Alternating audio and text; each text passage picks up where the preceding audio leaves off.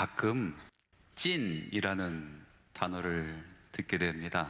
찐이야, 찐친, 찐행복 이런 얘기를 해요. 저는 처음에 이 찐이라는 단어가 어디 남도의 사투리인 줄 알았어요. 그래서 사전을 찾아보니까 이렇게 기록되어 있어요. 진짜를 속되게 이르는 말, 진짜의 줄임말. 찐, 진짜. 우리는 진짜를 참 많이 찾습니다. 한 번은 길을 가는데요, 큰 현수막이 걸려 있습니다. 그 현수막에 뭐라고 써 있냐면은 면발 연구 10년, 국물 연구 20년, 땡땡 칼국수. 야, 여기 찐이겠다 싶어서 제가 그 칼국수 집에 들어갔습니다. 딱 들어가 보니까 내부가 아주 허름합니다. 세월의 때가 묻어 있어요. 그래서 야, 이거 정말 기대되는데, 정말 20년 동안 연구하신 분이 여기 계시겠구나, 그런 생각을 해서 이 칼국수를 시켜서 이제 국물을 한번 떠먹어 봅니다. 다시 떠먹어 봅니다. 뭐지? 세 번째 떠먹으면서 이게 뭘까? 이 익숙한 맛? 예, 스프 맛이었습니다. 제가 칼국수를 다 먹고 나와서 계산하면서 주인장에게 얘기했습니다. 20년 연구하셔서 스프를 개발하셨군요. 그랬더니 개면적은 듯이 웃어 넘기셨습니다. 찐인 줄 알았는데 찐이 아니었습니다. 요즘 경제학에서 보면요, 공감 경제라는 말을 참 많이 씁니다. 소비자의 마음을 움직여야 된다. 소비자의 마음을 움직이는 마케팅이 이제 통하는 시대다, 그런 이야기를 합니다. 그 전까지만 해도 소비의 패턴을 연구하고 그 제품이 소비될 수 있는 소비의 층, 그 사람들이 어떤 사람인가, 이런 것을 연구해서 마케팅을 했는데, 이제는 그것만 읽어선 되는 것이 아니라 소비자들의 마음을 읽어야 된다라는 것입니다.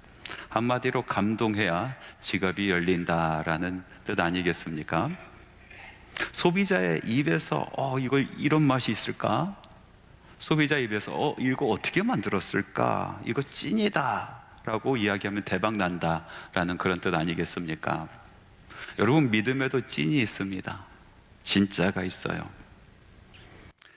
성도들이 감동하고 또 하나님께서 감동하시는 진짜 믿음, 찐 믿음, 그 믿음은요, 역경 속에서 빛이 납니다. 마치 나무가 추운 겨울을 맞이해서 그 추위를 견뎌내면서 딱딱하게 나이테를 만들지 않습니까? 그리고 안으로 자라납니다. 진짜 믿음은요, 위기 속에서 더욱더 견고해지면서 안으로 자라나는 거예요. 또 어떤 믿음은 하늘을 향해서 쭉쭉 뻗어 올라갑니다. 마치 대나무처럼 말이죠. 때가 되면은 마디를 딱딱하게 만들어서 더 높이 올라가는 대나무처럼 위기와 환난과 시련 속에서 그 믿음을 더욱더 견고히 해서 위로 자라나는 그런 믿음이 있습니다. 평소에는요, 존재감도 없고 평소에는 이게 믿음인가 싶을 정도로 그런 모습의 믿음이었지만은, 그러나 위기 때 유난히 빛이 나고 위기 때 유난히 맛이 나는 그런 믿음들이 있단 말이죠. 그것이 찐 믿음, 진짜 믿음이라고 말하는 것입니다. 오늘 여러분들과 함께 읽은 하나님의 말씀에 여호사밧과 그의 백성의 찐 믿음, 찐 신앙을 우리는 볼 수가 있습니다. 우리는 위기 시대에 살고 있습니다. 모든 것이 위기입니다. 총체적 위기입니다. 정치적 위기, 경제적 위기, 도덕적 위기, 각 삶 가운데 벌어지는 많은 위기가 우리 안에 있습니다. 이 위기의 시대를 살아가고 있는 우리에게 여호사밧과 그 백성들의 이야기는 정말로 우리에게 많은 것을 보여주고 이야기해주고 있습니다. 오늘 우리들에게 말을 걸어오고 있다는 뜻입니다. 오늘은 그들의 이야기를 한번 귀담아 들어봅시다. 때는 여호사밧이 유다를 통치할 때였습니다. 이 여호사밧이라는 왕은 여호와 보시기에 참 선한 왕이었습니다. 그래서 하나님께서 기뻐하시는 일을 많이 했죠. 타락한 이스라엘을 개혁한 인물입니다. 우상을 철폐했어요. 성전을 깨끗이 했어요. 무엇보다도 타락한 법 질서를 잘 잡아냈습니다. 그래서 나라 안에 억울한 일 없도록 만든 사람입니다. 그런데 그에게 시련이 닥쳐왔습니다. 오늘 말씀해 보니까 모압과 암몬과 그리고 세일의 연합군이 그들이 한 몸이 되고 한 뜻이 되어서 여호사밧을 공격하러 그렇게 쳐들어왔다라는 이야기입니다. 이 소식을 듣고 여호사밧은 마음이 떨렸습니다. 그리고 온 백성에게 금식령을 함께 기도하자라는 그런 말을 공포하였습니다. 남녀노소 할 것 없이 모든 사람들이 성읍에 모였습니다. 그리고 하나님을 바라봅니다. 하나님께 기도하기 시작했어요. 그 모인 회중들 한가운데서 여호사밧이 엎드렸어요. 그리고 하나님께 기도합니다. 우리 하나님이여, 그들을 징벌하지 아니하시나이까? 우리를 치러 오는 이 큰 무리를 우리가 대적할 능력이 없고 어떻게 할 줄도 알지 못하고 오직 주만 바라보나이다. 하나님, 이 큰 일을 내가 견뎌낼 능력이 없습니다. 이것을 해결할 그럴 힘도 없습니다. 솔직히요, 어떻게 해야 될지 알지 못하겠습니다, 하나님. 그래서 주만 바라봅니다. 이렇게 간절히 사모하면서 기도하는 이 여호사밧의 기도를 하나님께서 들으시고 야하시엘이라는 레위 사람을 통해서 하나님께서 대언하시게 하시고 응답하십니다. 그 말씀이 역대하 20장 15절 말씀이며 같이 한번 큰 소리로 읽어보겠습니다. 야하시엘이 이르되 온 유다와 예루살렘 주민과 여호사밧 왕이여 들을지어다. 여호와께서 이같이 너희에게 말씀하시기를 너희는 이 큰 무리로 말미암아 두려워하거나 놀라지 말라. 이 전쟁은 너희에게 속한 것이 아니요 하나님께 속한 것이니라. 하나님의 이 음성을 듣고 여호사밧은 힘을 냈습니다. 이스라엘 백성은 힘을 냈습니다. 그리고 전쟁터로 달려나갑니다. 달려나가는 그 모습이 마치 하나님의 군대 마하나임, 하나님의 군대처럼 보였습니다. 그 하나님의 군대처럼 보이는 그들의 믿음은 아주 단단했습니다. 위기 속에서 빛이 나는 그런 믿음이었습니다. 어떤 모습이었습니까? 위기 속에서 빛이 나는 그들의 믿음의 모습은 어떤 모습이었습니까? 말씀해 보니까 죽으면 죽으리라 하는 일사각오를 갖고 있는 믿음이었습니다. 여호사밧이 이끄는 유다의 군대는 인류 역사상 유일무이한 군대였습니다. 지금까지 그런 군대를 이 성경 말씀에서 나오는 여호사밧의 군대 외에는 한 번도 우리는 경험해 본 적도 없고 본 적도 없는 그런 군대였습니다. 20장 21절 전반부의 말씀에 보니까 그들의 모습이 이렇습니다. 백성과 더불어 의논하고 노래하는 자들을 택하여 거룩한 예복을 입히고 군대 앞에 행진하며 맨 앞에 선봉에 선 군사들이 있습니다. 선봉에 선 군대가 있습니다. 바로 찬양대였습니다.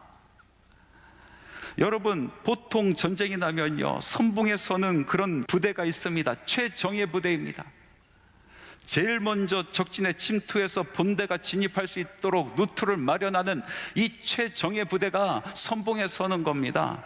그래서 그들은 최첨단의 장비를 갖춥니다. 최고의 무기를 갖춥니다. 그런데 오늘 말씀해 보니까 여호사밧이 선봉대로 세운 그 부대는 바로 찬양대였습니다. 그들은 칼도 없습니다, 창도 없습니다, 방패도 없습니다. 그저 거룩한 옷을 입고 하나님 앞에 찬양하러 나가는 겁니다. 가만히 보니까 이 사람들은 싸움하러 나가는 것이 아니라 하나님께 예배하러 나가는 사람들이었습니다. 그 전장의 한복판에서 빗발치는 화살 속에서 자기가 죽을 것을 알면서도 죽음을 각오하고 내가 이 상황 속에서도 이 전쟁의 시간 속에서도 이 빗발치는 화살 속에서도 나는 하나님을 찬양하겠다라고 각오하고 그리고 하나님 앞에 나가 예배하는 사람들이었습니다. 이스라엘이 가나안에 진격할 때에 난공불락성이었었던 여리고를 점령할 때를 기억하십니까? 그때도 선봉에 선 사람들은 하나님께 예배하는 사람들이었습니다. 제사장들이었습니다.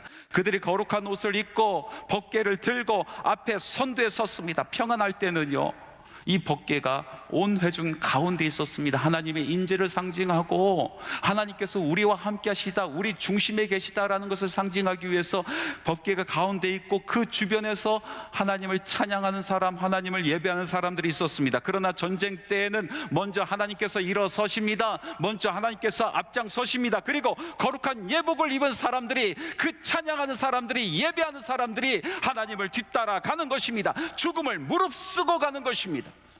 화살 맞을 각오를 하고 진군하는 것입니다.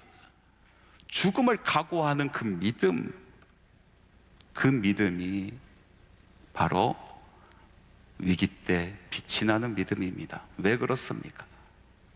믿음이 우리를 살리기 때문에 그렇습니다. 날이 저물 때에 예수님과 예수님의 제자들이 배를 탔습니다. 갈릴리 바다를 건너기 시작했어요. 그러다가 광풍이 붑니다. 풀어서 이야기하면 미친 바람이에요. 미친 바람. 미친 바람이 불어 닥치는데 주체할 수가 없는 거에 물이 차오르기 시작합니다. 그런데 예수님께서는 고무를 베고 잠을 자고 계세요. 오랫동안 뱃일을 했었던 이 제자들도 무엇을 해야 될지 알지 못했습니다. 어떻게 해야 될지 알지 못했습니다. 그래서 예수님을 부릅니다. 선생님, 우리가 죽게 되었습니다. 우리를 돌아보지 아니하시나이까? 그때 예수님께서 잠에서 일어나시면서 제자들에게 이렇게 말씀하십니다. 어찌하여 너희들이 무서워하느냐? 너희가 어찌 믿음이 없느냐라고 말씀하고 계십니다. 제자들의 문제가 무엇이었습니까? 환경이 문제였습니까? 미친 바람이 문제였습니까? 물이 차오르는 것이 문제였습니까? 그런 상황에서도 무엇을 해야 될지 알지 못하는 것이 문제였습니까? 예수님께서 정확하게 말씀하고 계십니다. 그들의 문제는 믿음 없음이었습니다. 그 상황 속에서 믿음을 잃어버렸던 것이 문제였습니다. 그들은 예수님을 먼저 찾지 않았습니다. 자기가 해볼 것을 다 하고 해도 안 되니까 나중에서야 주님을 찾은 것입니다. 그래서 예수님께서는 제자들에게 믿음 없다라고 말씀하시는 것입니다. 여러분, 믿음이란 것이 무엇입니까? 풍랑을 보지 아니하고 먼저 주님을 보는 것이 바로 믿음이라는 것입니다. 사람을 의지하는 것이 아니라 주님을 먼저 의지하는 것이 바로 믿음이라는 것입니다. 여러분, 생각해 보십시오. 왜 이 미친 바람 속에서 배가 침몰되지 않았습니까? 물이 차오르고 있었는데도 왜 배가 뒤집혀지지 않았습니까? 그 이유는 예수님께서 그 배에 계셨기 때문에 그렇습니다. 비록 작은 배일지라도 주님께서 타신 배는 결단코 그 어떤 미친 바람도 흔들지 못하는 것입니다. 어떤 바람도 예수님께서 타신 그 배를 침몰시키지 못하는 것입니다. 우리의 작은 심령에, 보잘것없는 우리 인생에 예수님께서 타고 계시면, 예수님께서 그 안에 계시면 미친 바람이 불어도 물이 배가 차오를지라도 침몰하지 아니하는 것입니다. 왜 제자들의 배, 그 배가 침몰하지 않았습니까? 그 이유는 예수님께서 가라 하신 그 길을 가기 때문에 그렇습니다. 마가복음 4장 35절 말씀을 보니까 정확하게 이렇게 기록되어 있습니다. 그날 저물 때에 제자들에게 이르시되 우리가 저편으로 건너가자 하니, 예수님께서 가자 하셨습니다. 예수님께서 광풍이 몰아칠 줄 알지 못하셨습니까? 아니, 다 알고 계셨습니다. 그럼에도 불구하고 예수님께서 가자 하셨습니다. 예수님께서 가자 하신 이유가 무엇입니까? 광풍이 불지라도, 미친 바람이 불지라도, 물이 배 안에 들어올지라도 능히 건너갈 수 있기 때문에 예수님께서 제자들에게 가라 하신 것입니다. 함께 가자라고 말씀하고 계시는 것입니다. 예수 그리스도를 영접하고 하나님의 부르심을 받고 오늘도 주님께서는 우리를 부르시고 우리로 하여금 이 길을 가라 말씀하십니다. 최 목사야, 이 길을 가라. 김 장도야, 이 길을 가라. 이 집사야, 이 길을 가라 라고 말씀하십니다.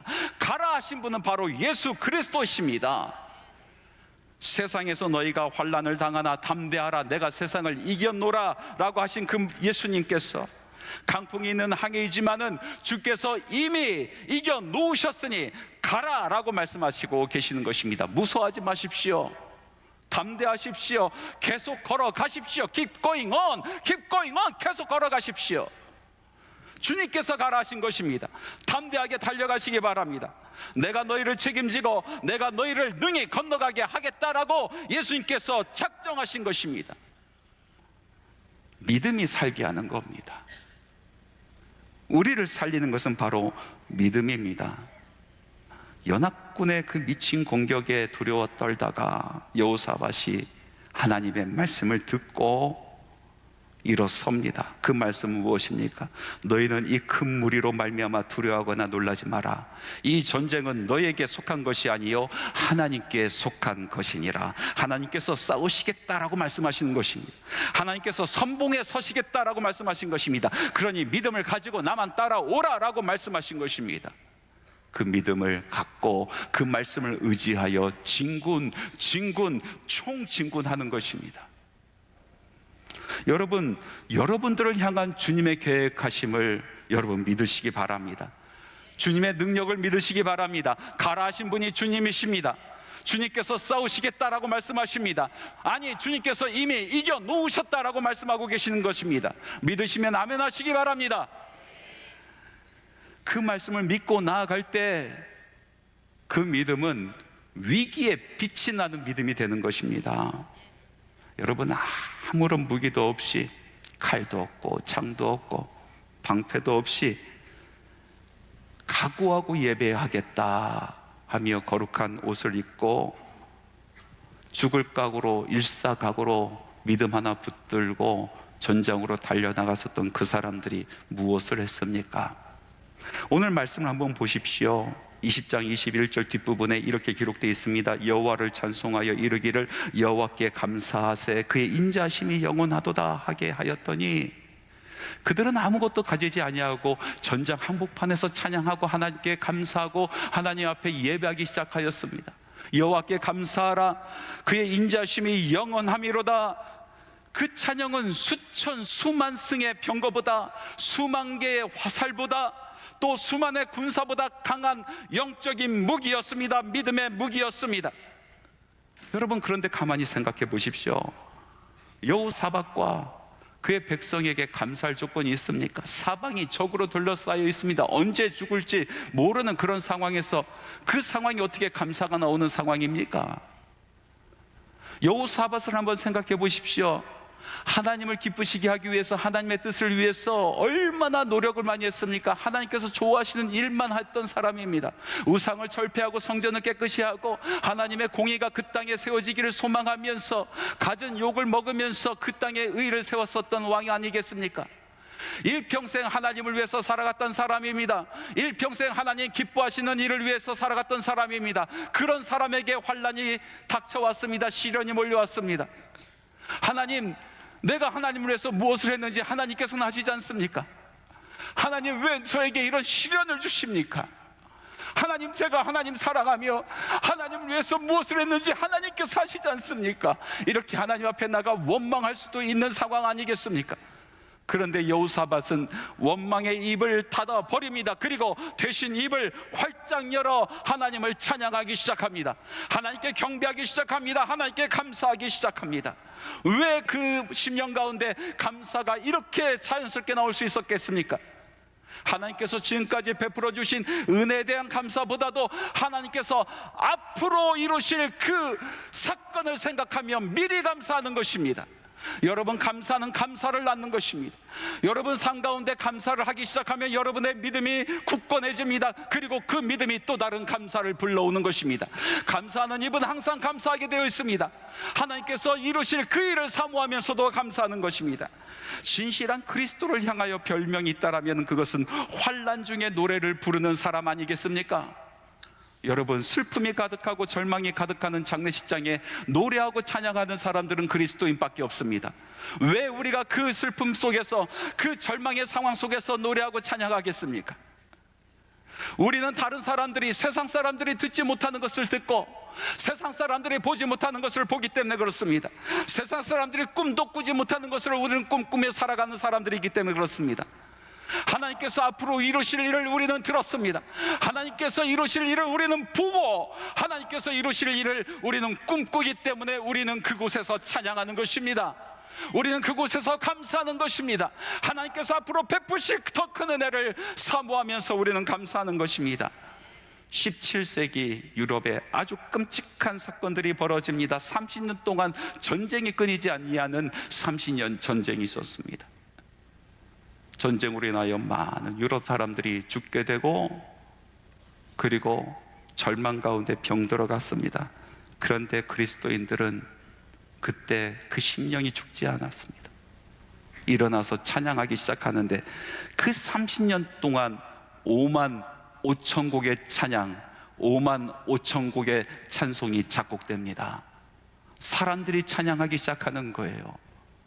입을 열어 감사하기 시작하는 겁니다.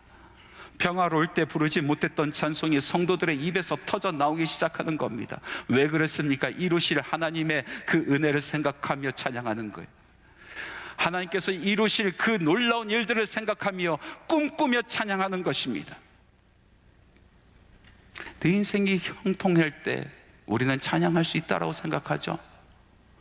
그 평탄한 들판을 뛰어다니면서 하나님께 마음껏 찬양한다라고 생각하죠. 그런데 그렇지 않을 때가 더 많습니다.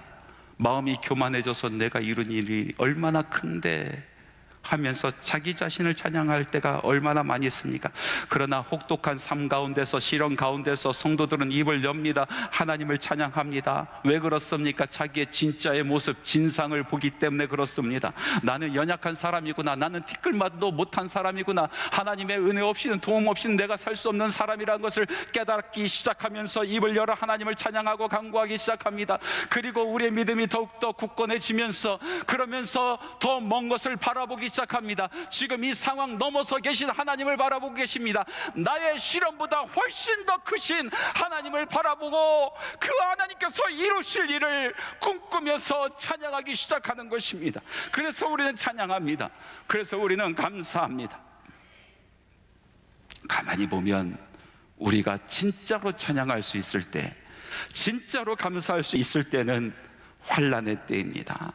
사망의 음침한 골짜기를 지나가면서 목자의 품에 깊이 파묻혀 목자의 숨소리를 들으며 우리는 찬양합니다.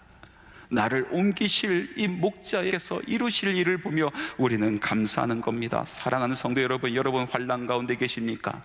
시련을 겪고 계십니까? 우리 함께 찬양합시다. 우리 함께 감사합시다. 감사와 찬양은 환난을 겪어낼 힘이요 위기를 기회로 바꿀 능력이 되는 것입니다. 진짜 믿음은, 찐 믿음은 위기 때 빛이 나는 것입니다. 위기에 빛나는 믿음, 그 믿음에 많은 사람들이 감동하고 성도들이 감동하고 하나님께서 감동하시는 거예요. 여호사밧, 위기에 빛이 나는 그 믿음을 보시고 하나님께서 일하기 시작하시는데, 하나님께서 일하신 것이 무엇이냐면 역대하 20장 22절에서 23절 말씀에 기록되어 있어요. 우리 같이 한번 크게 읽어봅시다.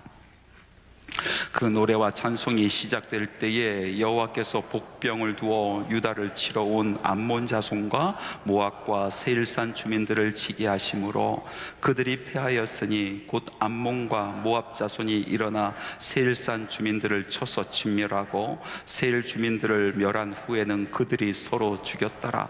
전혀 예상하지도 못했던 일들이 벌어지기 시작합니다. 그렇게 견고해 보였었던 그 연합전선이 깨지기 시작합니다. 한순간에 무너져 버립니다. 그들 사이에 무슨 갈등이 있었는지 알지 못하지만 암몬과 모압이 손을 잡고 함께 했었던 세일을 치기 시작합니다. 세일을 몰살시켜 버립니다. 그리고 무너진 이 세일을 바라보면서 둘이 화합하는 것이 아니라 이번에는 암몬과 모압이 서로 싸우기 시작하고 서로 죽이기 시작하며 그들이 모두 멸절되어 버렸습니다. 전혀 무너질 것 같지 않았었던 여리고성이 이스라엘의 함성으로 무너진 것처럼 전혀 무너질 것 같지 않았었던 암몬과 모압과 세일의 연합전선이 이스라엘의 찬송으로 무너지는 것입니다. 하나님께서는 반드시 위기에 빛이 나는 그 믿음에 응답하시는 줄 믿습니다. 우리들이 입을 열어 찬양하기 시작하면 하나님께서 일어나시기 시작하시는 것입니다. 우리가 환난 속에서 찬양하며 믿음으로 나아갈 때 하나님께서 하나님의 뜻을 이루시기 시작하시는 것입니다. 우리가 두려움의 침묵을 걷어버리고 입을 열어 하나님께서 이루실 일을 생각하며 꿈꾸며 감사하기 시작할 때에 하나님께서 우리가 계획하지도 못했던 방법으로, 우리가 꿈도 꾸지 못했던 방법으로 하나님께서는 하나님의 뜻을 이뤄내시는 것입니다. 할렐루야. 말씀을 맺겠습니다. 저는 종종 성도님들이 올린 중보기도의 제목들을 쭉 모아서 읽을 때가 많이 있습니다. 그때마다 그 아픔을 봅니다. 가게에 위기가 있어서 간절히 하나님을 바라보는 사람도 있고, 관계 문제 속에서 너무나 괴로워하시는 분들도 있고, 또 경제적인 문제 때문에 힘들어하시는 분도 있습니다.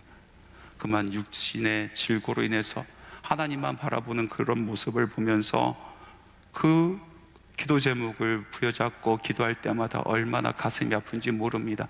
그 고난 가운데 있는 분들을 보면서 저도 모르게 눈물이 납니다. 밤에 잠이 오지 않습니다. 그냥 읽고 기도해도 그 마음이 아려오고 눈물이 앞을 가리는데 당하는 당사자들은 얼마나 힘들까 생각해 봅니다. 사랑하는 성도 여러분, 어찌 보면 우리는 위기 속에 살고 있는 것 같습니다. 세계의 위기예요. 나라의 위기예요. 경제의 위기입니다. 관계의 위기입니다. 윤리의 위기예요. 도덕의 위기 속에 우리는 살아가고 있습니다. 그러나 우리의 믿음은 이 위기 속에서 더욱더 빛이 날 것입니다. 어떤 사람은 예수 믿기 어려운 시대에 우리가 살고 있다라고 얘기합니다. 저는 전혀 동의할 수가 없습니다. 지금이야말로 예수 믿기 딱 좋은 시대입니다. 지금이야말로 제대로 믿음을 보일 수 있는 시대입니다. 지금이야말로 제대로 하나님께 예배할 수 있는 그런 시대입니다. 지금이야말로 우리가 찬양하고 지금이야말로 우리가 감사하며 하나님 앞에 나갈 수 있는 그런 때인 것입니다. 찐 믿음, 진짜 믿음은 위기에서 빛이 납니다.